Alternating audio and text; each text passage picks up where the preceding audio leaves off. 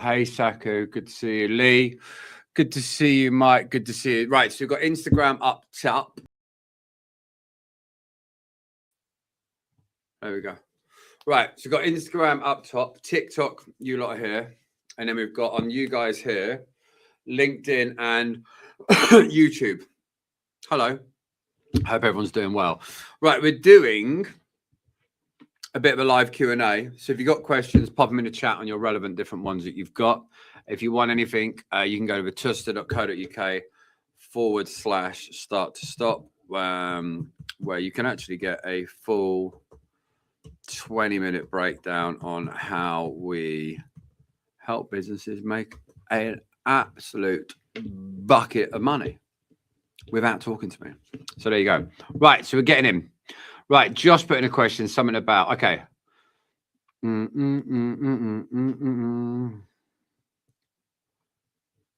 Right. So Josh, hi, Josh S. How are you doing? Should we try something different? Josh, do you want to come and actually talk to me? Or do you want me just to answer here? I'm going to start doing a little bit more on my lives. It's probably taking a bit of a risk of doing that, but it could actually be quite a good shout. So let me know, Josh. If not, I will just answer the question. So connect to join if you want. Ba-dum, bum, ba-dum, bum, bum. This is where we start. I don't know, I'm holding a pen. I'm not doing anything with it. Right, I've just lost where Josh's question is. Yes, Josh, if you want to try and connect, you can. If not, I can just answer on here. I'm fine. Right, let's get that. Right, what Josh says, Josh, fucking learn to talk, Dave. Josh S on TikTok has said, where's the evidence you can bring in sales and margin to a business, but they refuse? How can I approach? Oh, sorry, I've read that wrong. When there is evidence you can bring sales and margin to a business, but they refuse, how can you help? Okay. Think of your sales journey. So if we think about it now, this is what a lot of people do completely and utterly wrong. And it's not because you don't want to help people, by the way. It's actually what happens with a huge amount of people. I'll move you back a little bit. So if we think about it now, let's say, for example, the average business has a 2-stage closing process. This is a very short appointment setting stage. And at the front, you might have, like, for example, paid ads, organic, or you might have cold calling. That's typically what a lot of people are doing. Then you'll have a small appointment setting stage, and everything then is led into the closing stage of the business. Now, when you do it this way round, it becomes really hard to actually do things in the right way. I have to remember this camera always tries to focus on that mic if it's not close enough. But what we want to start thinking about is within your client journey, however you're bringing in leads doesn't matter. But actually, majority of the objections come by not having a long enough and effective enough appointment setting stage, meaning that the closing stage can either be shorter or just higher converting. And then what a lot of businesses don't do is in this middle bit is the DMZ. By the way, if you're watching this, if you've got questions, pop them in the chat. I will come round to it. So this is what we want to start thinking about. In your current journey at the moment, like Josh is bringing up, he's spotted that a business has got opportunity for growth. And he's struggling at the close ending stage of converting it because they're not seeing the value. But actually, this is a stage that we should be painting this picture. So we want to be at the stage that we can do this in a better way. And this leads into something happening in this gap. So the DMZ for me, the dead man zone. This is where a huge amount of deals and revenue get lost. And that's because the thermometer of interest drops off in that spell. And actually it is underutilized real estate within your business. And it's super important to think about when you're in your business now. If you think of it like a pump, if you're trying to pump continuously to get the water pressure up, to get the water out, Once you've got that water pressure up, it's super important that you're keeping that momentum going. I'm just going to move this camera down a little bit because you guys are super high. Flying. Eat. That should be a lot better for you. So we want to be at the stage. That should be all right. But we're actually utilizing the whole of the client journey in a more effective way. And the way you're going to do that is actually by taking yourself out of the sales process a little bit more. Because what a lot of people are doing, which is wrong, which is the old school way of selling, is cramming as many people as possible into the client journey and just waiting to get to the end, hoping and praying that the salesperson is going to be able to strong arm them into your product. But actually, what we want to do is focus on that front end of the business to make sure that the conversations that are happening, the clients are walking towards you, not being pulled. And this is where a lot of people get it really wrong. You want to be at the stage in the same way that if you can get better at marketing, your sales can become easier. Well, actually, if you get better at your appointment setting stage, the sales process will also become a lot easier. So think of it like this. If you look at your whole client journey now, like we're saying on with this board, you should be able to work out and understand in your client journey now, from the appointment setting stage through to the closing stage, where do the majority of your leads drop off? This is why it's so important to make sure that throughout the client journey, you've got the stepping stones throughout the client journey, help it make it easier for people to move forward. It's not about forcing people through a funnel. That's the old way. It's not about getting people to say yes 150 times. That's the old way. It's actually about laying the breadcrumbs where people can move at their own pace a little bit more. And this is why when you're in this stage now, don't look at what the problems you have with your prospects. Look at what you can internally be doing better within the business, within the client journey, within the systems, within the process. Prime example, if you put a video into your business that's a 3-minute long video that's explaining what you do as your services, but it doesn't improve conversions, it's the fact that the video didn't work, not because you didn't, the actual process isn't working. So it's really important to be able to work that stuff out. Right.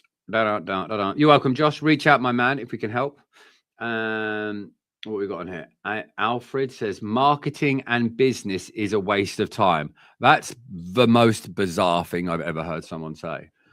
Marketing and business is a waste of time. It's a very bold shout. Bad marketing, yes. Bad business, yes. But business is anything that sells anything to anyone. So everything that we see in this image, everything you see in your home has came from a business. So business is not a waste of time. Bad marketing isn't helpful. And actually, the old school way of how someone is doing things in business is likely dead. The old school, the old horse and cart methodology, when there's tractors now but work, mean that we have to adapt. The way people buy now has completely and utterly changed. And actually, if we go to the stage of life's not fair, this is no good anymore, this doesn't work, it just means we haven't evolved to doing it in a different way. And I'll give you a prime example on this with my own business. I love hitting the phones. Being on phone calls, having conversations, it is a fantastic way to build relationships, find pain points, overcome hurdles, and convert deals from anywhere in the world with a mobile phone. They're amazing. But with the changes in technology, call screening and this, that, and the other, even if someone's put their details in to get a call back, it's still going to get call screened. So that means in your effectiveness, if you have a company that's making high reps, the level of effectiveness will automatically drop. We live in a time now where people don't always want to be on phone calls now. Loads of people don't like being on phones. So if you've got people who don't like being on phone calls, but your perfect audience, you can be at the stage of moaning, but no one wants to get on the phone call anymore, or you have to adapt. The whole idea of being an entrepreneur, right, is taking a risk with the potential opportunity for gains. Something along those lines. If you guys join, by the way, if you want to put anything in the chat, feel free to. We're just getting in a habit of just getting back on here and being doing lives. So, not golf life. You said you never replied, I guess you mean, to my inquiry. I don't know what your inquiry was, my man. Why don't you put in a message here? What was your inquiry for? If it's golf related, probably wouldn't be something we'd probably help with. So you probably would have just got an automatic response from it. So tell me, not golf life, what is it your inquiry was for? Another part with this, by the way, when you're doing lives, one of the big things I find with a lot of it is you'll get some people, and most people are really, really nice. And some people aren't. Some people are a bit trolly. So sometimes when we get an inquiry, if you put an inquiry in after we do a live and it seems completely waffled, then someone's not going to write back to it. No, we've had some really bizarre requests sometimes. No, we are in a really good place where we get to choose who we work with, which is great. We want to work with more people, but we want to work with people that we can really make a big difference with on their business, not just work with anyone. So, for example, we had a guy recently who wanted to work with us, and their product that they sell is under £250, even though they do really big volume. It's just not something we want to work with. Now, it doesn't mean his business isn't good or that he's not a good person, but it was an inquiry that we want. In the same way, you can go to a garage and say, I want to buy a £500 car. If they only sell hypercars, they're probably not going to want that inquiry. So just because you put an inquiry in doesn't always mean that a company is always going to go off and actually help you. So if you get any questions about your business, sales, scaling, conversions, making calls, whatever that might be, let me know. And more than happy to sort of come into it. One of the things we're finding a lot of a change around for you guys at the moment, which will be really interesting, is there's a really good study talking in and around about CRMs. So there's a lot now where people talk about different ones out there, like the perspective funnels, CRMs, like Go High Level, and other things that are out there. Really interesting article will come out. It's not that interesting, but I found it interesting. Was that now the majority of businesses that are service-based, so coaches, consultants, experts, and then product-based from high-ticketed solar and stuff, that there's still over 30% of these businesses that even if they're doing 30 grand a month, still don't have a CRM that they're using that's an effective way to actually manage their leads, convert their leads, and actually generate deals.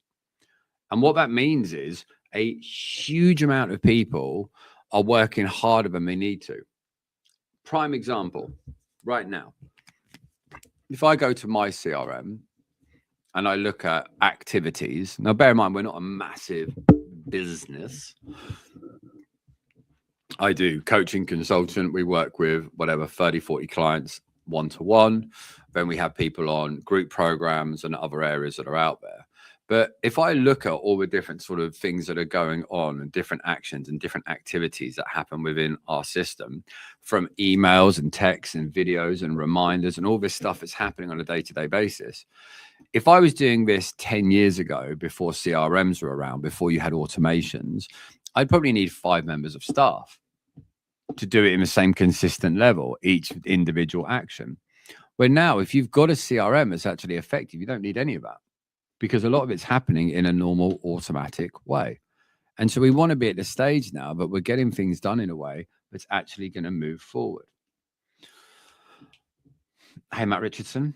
Matt Richardson said, I keep missing my words today. Matt Richardson says, thoughts on Salesforce as a business. Do you mean as in Salesforce as a utilized tool, as an actual business structure? Tell me what you mean. That would be helpful. Because I do think with a lot of stuff out there, context matters. And I presume you mean Salesforce for CRM.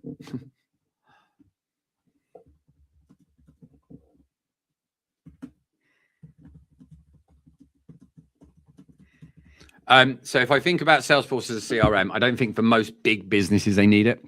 I think it's a very expensive tool, which if your business is a really high business, Gareth, I'll come on to that in a second.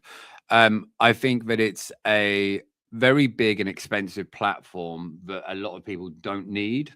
I think the people that really need Salesforce will probably be like, that's amazing, but that's normally going to be someone who is a salesperson focused on it, not from a business owner on what it costs to set up, maintain, and use. And so a lot of CRMs will do the same things. But actually, if you're in a position now where you're thinking, let me see how much it is. Let's have a look. Cost of sales. But compared to a lot of the other ones out there, they do it on a sort of base user. So if you're on the basic level, for example, you might spend 20, 30, 40 quid a month. But actually, it's more designed to be used at its highest level. And then you're talking, you could spend 200, 400 pound per user per month, which is a huge amount of money. So if you've got a big company with 100 salespeople, that's a huge amount of money that you're going to be spending. But then you got to go, okay, is our CRM need to be worth it? Coming on to that, Gareth Ray, by the way, put any questions in the chat. I was talking about, do you have any connections with any CRMs that are typically smaller in size? So we actually used Go High Level. I still believe that Go High Level is a fantastic bit of kit for most businesses. We're actually talking about doing an event, because I realize this, when 30% of people still don't have a CRM, we were thinking about doing an in-person event where people would come down, spend the day with us, and literally we would sit with them building a CRM for the day, knowing that a lot of those people probably want to work with us after. Because actually, a lot of people don't know what to do. But if we could sit with people for a day talking about their business, setting them up, having it working, so they could leave with a working CRM with automations, I think would be quite a cool thing to do. So that's what I think we've been thinking about doing. So I'm like, oh, actually, we could get 40 people in a room, sit with those people, you arrive with no CRM, and by the time you leave, you can be pumping leads in and all the other stuff. Thanks, Matt. Good to connect to you as well. Hope things in Sydney are going well to do. So something we're looking at probably in the next couple of months to do is put an in-person event on South Coast, wherever it will be, and people could just come down, spend the day. So we're an affiliate of Go High Level. So I'm not here to push Go High Level. We don't really make any money from it at the moment. But we were thinking, what could we do that doesn't cost people money, but actually would be a really big value add? And we think, well, actually, if there's 30% of people out there that don't have CRMs, but need a CRM, but it's the outlay, that's because they don't want to spend the 3-4 grand to get it built. But actually, if we could get those people in a room, we could use the affiliate link, which we then get 40% of the affiliate fee. So for example, we'd make 40 quid a month. So each person that come, if they used it for a year, it'd be like £500. But if you put 40 people in a room, it's a really good value add.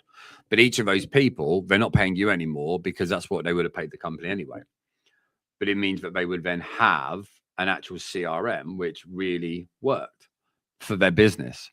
And also they would have a CRM which they understood because they built it themselves. And it's not a crazy amount that it takes to build. Like, you spend 4 hours on a CRM, like Go High Level, you can have it absolutely crush it. Like, you really, really can. It's incredible. Okay, let's see if there's any other questions here.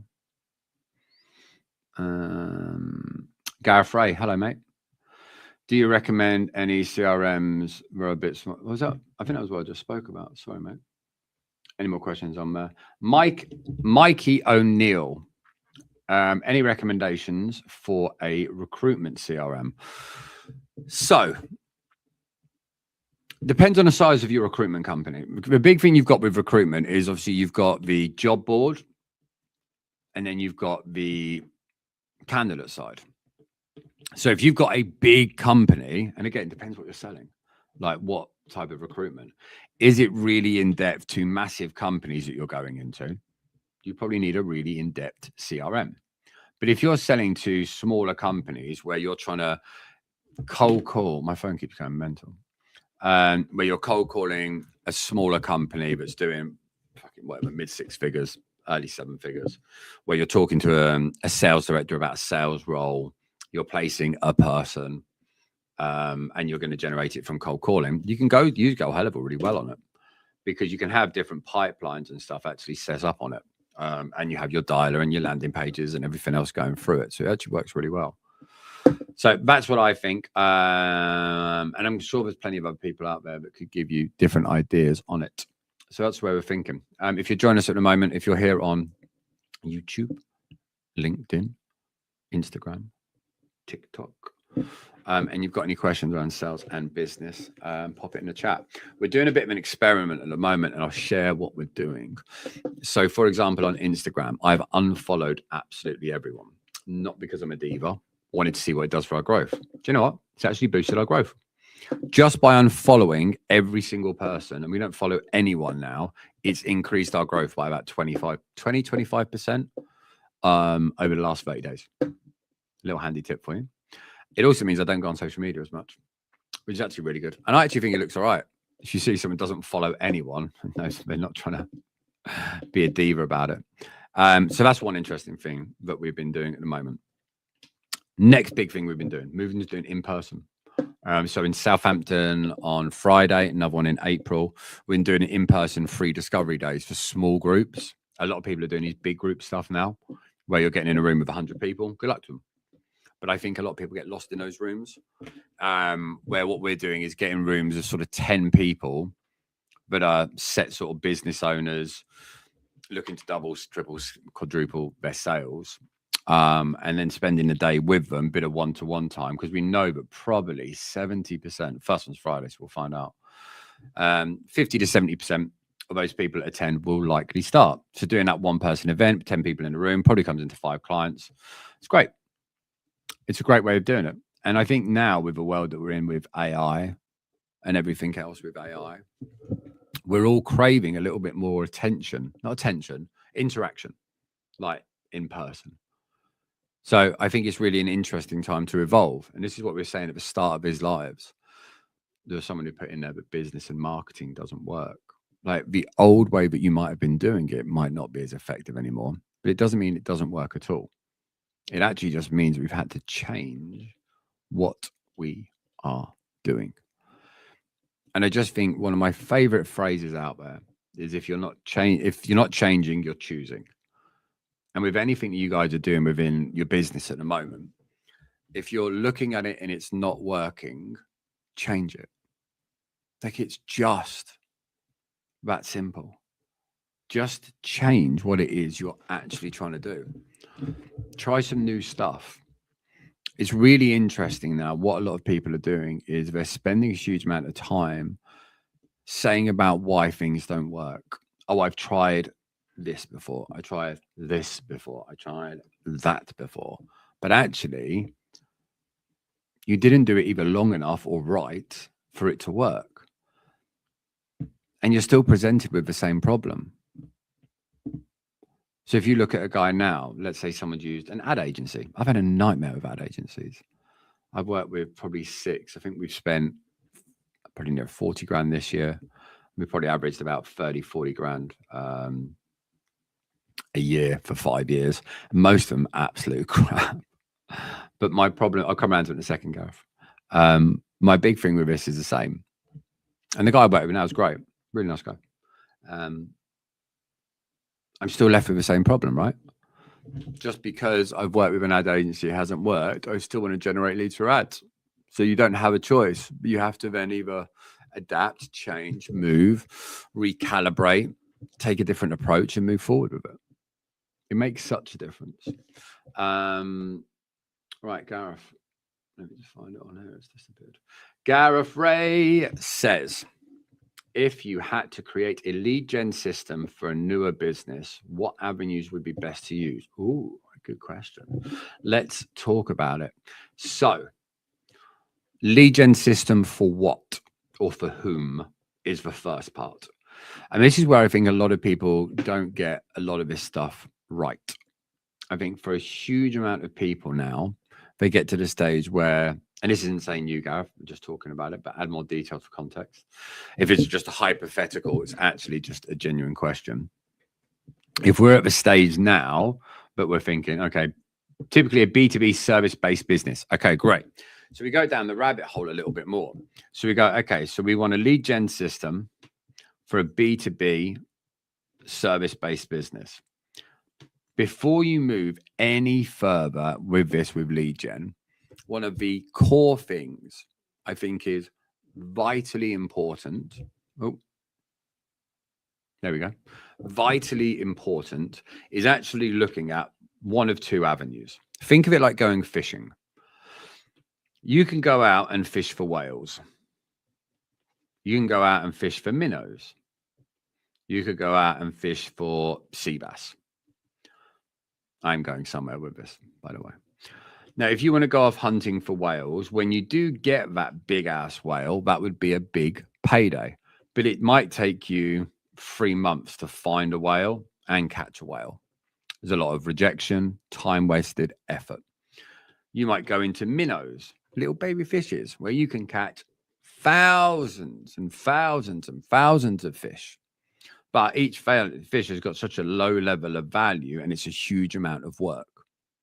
Or you can look at catching the sea bass, a more valuable item, which is a fairly better price. You can catch consistently over time and it's more predictable. And this is one of the things I think for a lot of people, they don't think about. It's very easy to think about, I want to go for the big deals. Think of it like sales. If you want to go to a company now, let's say I wanted to go and sell to a service-based business.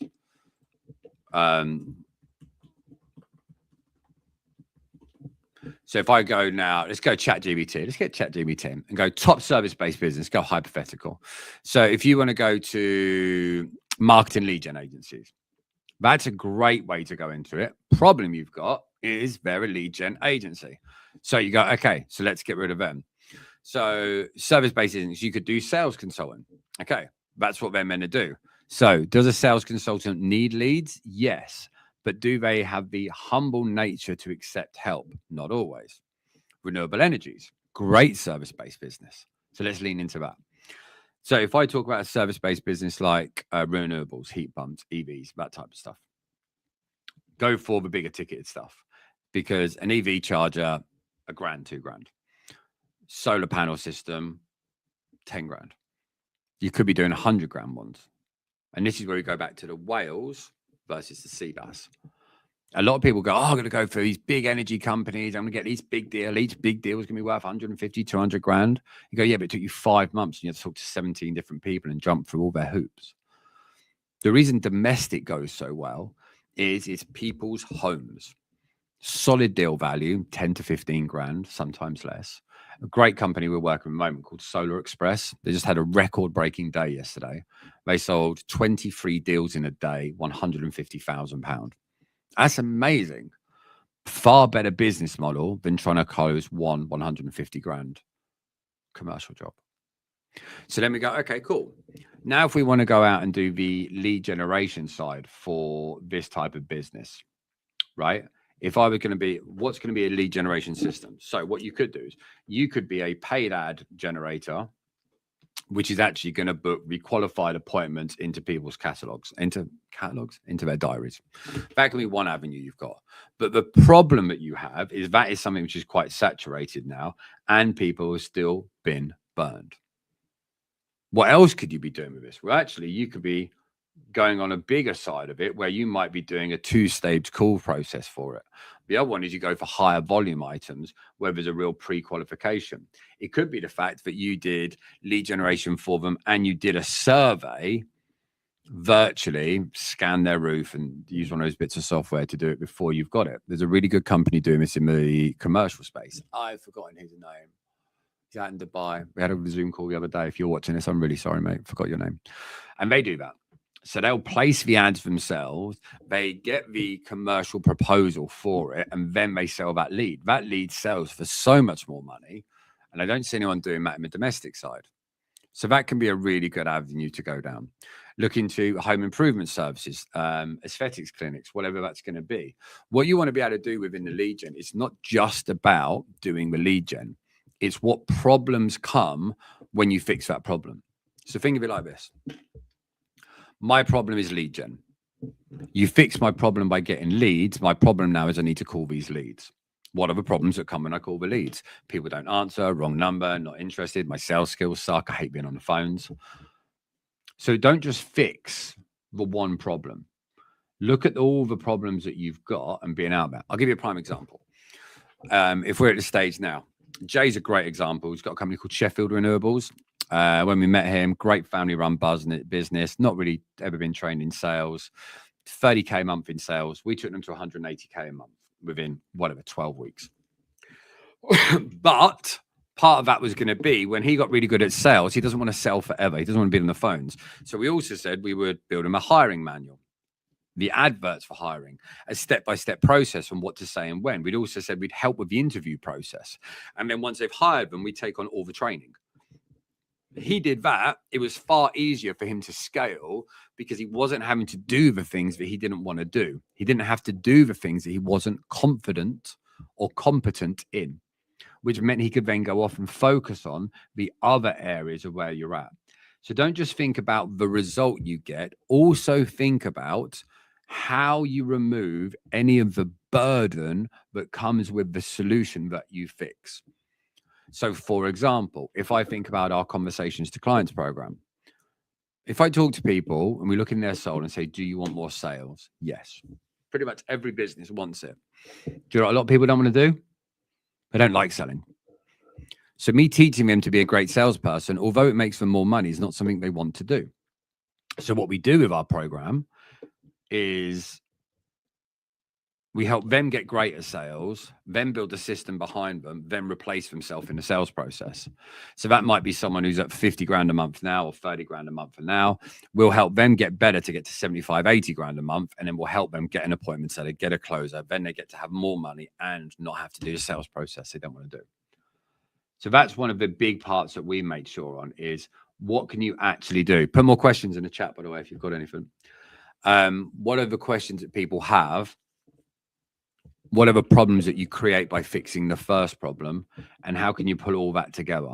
And the reason being, this is why a lot of people don't take action, is although they want the problem fixed, there's going to be another problem that gets built, which they also don't want to handle.